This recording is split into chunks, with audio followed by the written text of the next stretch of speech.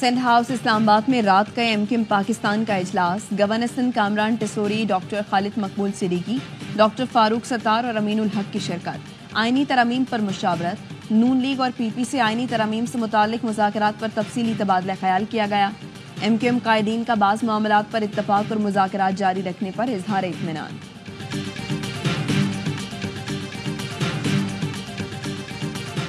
علی امین گنڈاپور کی مخلص قیادت میں جمرود جرگہ منعقد ہوا۔ وزیر اعلیٰ نے سیاسی اتفاق رائے قائم کیا۔ وفاقی حکومت نے انتشار پھیلایا۔ ترجمان KP حکومت بیرسٹر سیف کہتے ہیں وزیر اعلیٰ نے حقیقی لیڈر کا کردار نبھا کر صوبے اور ملک کو بحرانی کیفیت سے نکالا۔ وفاقی حکومت محاذ آرائی کی سیاست پر یقین رکھتی ہے۔ ان کے پاس سیاسی بصیرت ہے، نہ ہی مسائل حل کرنے کی اہلیت۔ عوام کی حقیقی قیادت جعلی مقدمات میں سلاخوں کے پیچھے ہے۔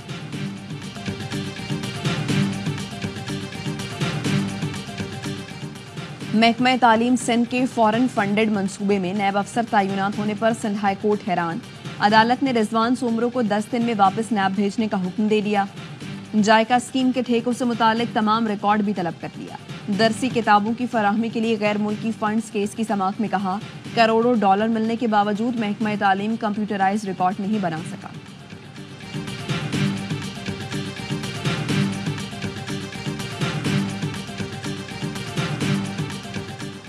سندھ ہائی کورٹ نے سارم بنی کے ٹرائل شروع نہ ہونے کے خلاف درخواست ناقابل سماعت قرار دے کر مسترد کر دی۔ عدالت نے کہا FIA ابھی تحقیقات کر رہی ہے، آپ نے قبل از وقت عدالت سے رجوع کیا۔ سارم بنی کے وکیل بولے FIA حتمی چالان پیش کر رہی ہے، نہ کیس چلا رہی ہے۔ ڈیپٹی اٹارنی جنرل نے کہا کیس ابھی تک زیر تفتیش ہے۔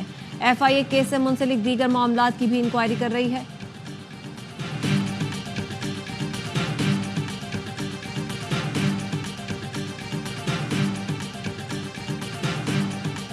اطالوی بحریہ کے ایئر کرافٹ کیریئر کاوور اور فرگیٹ الپینو کا دورہ پاکستان۔ ISPR کا کہنا ہے کاوور کراچی بندرگاہ آنے والا اٹلی کا پہلا ایئر کرافٹ کیریئر ہے۔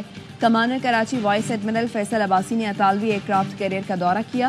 اطالوی سفیر اور بحریہ کے اعلیٰ حکام سے ملاقات کی۔ بحری شراکت داری پر تبادلہ خیال کیا گیا۔ اطالوی سفیر نے کہا پاک بحریہ خطے کی اہم بحری قوت ہے۔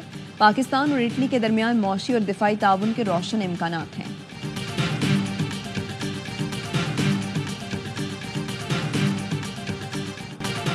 اسرائیلی طیاروں نے جنوب کے بعد شمالی لیبنان پر بھی حملے شروع کر دیے۔ 24 گھنٹے کے دوران اسرائیلی بمباری میں 21 افراد شہید۔ وادی بقا پر بھی متعدد حملے کیے گئے۔ حزب اللہ نے اسرائیل کے شمالی علاقوں پر راکٹ داغے۔ اسرائیلی وزیر دفاع نے دھمکی دی ہے کہ حزب اللہ کو ڈرون حملے کا سخت جواب دیا جائے گا۔ اسرائیلی طیاروں کی صبح سویرے شمالی غزہ پر بمباری، 29 فلسطینی شہید۔ خان یونس پر بھی بمباری، 5 بچوں سمیت 14 فلسطینی شہید ہو گئے۔ زیتون میں مسجد کے قریب حملے میں 3 افراد کی شہادتیں ہوئیں۔ الاقصی اسپتال کے قریب کیمپ پر حملے میں 15 بچوں کی شہادت پر یونیسیف پھٹ پڑا۔ بچوں پر بمباری کو شرمناک قرار دیتے ہوئے کہا غزہ میں بچوں کے لیے کوئی جگہ محفوظ نہیں، فوری جنگ بندی کا مطالبہ۔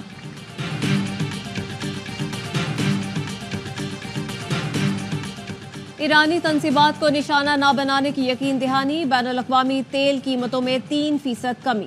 لندن برینٹ آئل کی قیمت $2.27 کمی کے بعد $75.19 فی بیرل پر آ گئی۔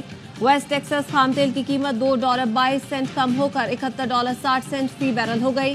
گیس کی قیمت 40 سینٹ کم $2.47 فی MMBTU میں فروخت۔ پاکستان میں آج پیٹرولیم قیمتوں میں 10 روپے تک اضافے کا امکان۔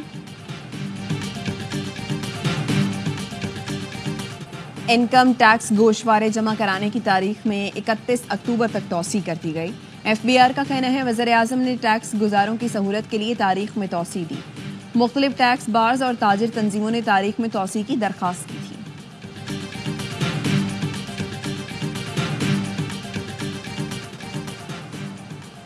کراچی میں آج میں مختلف علاقوں میں بوندا باندی کا امکان۔ ٹھٹھا، سجاول، حیدرآباد، مٹھی اور بدین میں گرد آلود ہوائیں چلنے اور گرج چمک کے ساتھ بارش متوقع۔ محکمہ موسمیات کی لسبیلا، گوادر، جینی، کیچ، تربت، آواران، چترال، دیر، کشمیر اور گلگت بلتستان میں بارش کی پیش گوئی۔ امریکی الیکشن، اوباما کے بعد کلنٹن بھی کاملا ہیرس کی انتخابی مہم میں مصروف۔ ریاست جارجیا کے شہر فورٹ ویلی میں خطاب کے دوران بل کلنٹن کی ٹرمپ پر تنقید. کہا ٹرمپ نے امیگریشن بل رکوا کر مجرموں کا داخلہ آسان کیا. سخت اسکریننگ کا بل منظور ہوتا تو مجرموں کا امریکہ آنا مشکل ہو جاتا. ٹرمپ امیگریشن کے خلاف ہے مگر امریکہ کو افرادی قوت کی ضرورت ہے.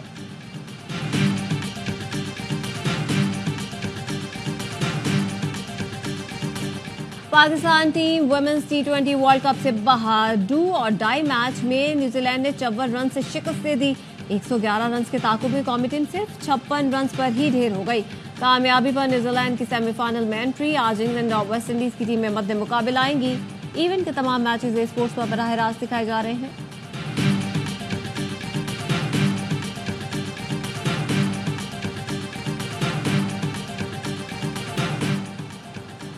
فرانس کے ورلڈ کپ ونر کھلاڑی امبابے پر خاتون سے زیادتی کا الزام. غیر ملکی میڈیا کے مطابق کیلن امبابے نے سویڈن کے ہوٹل میں خاتون سے زیادتی کی. اسٹار فٹ بالر نے جنسی زیادتی کا الزام فیک نیوز قرار دے دیا.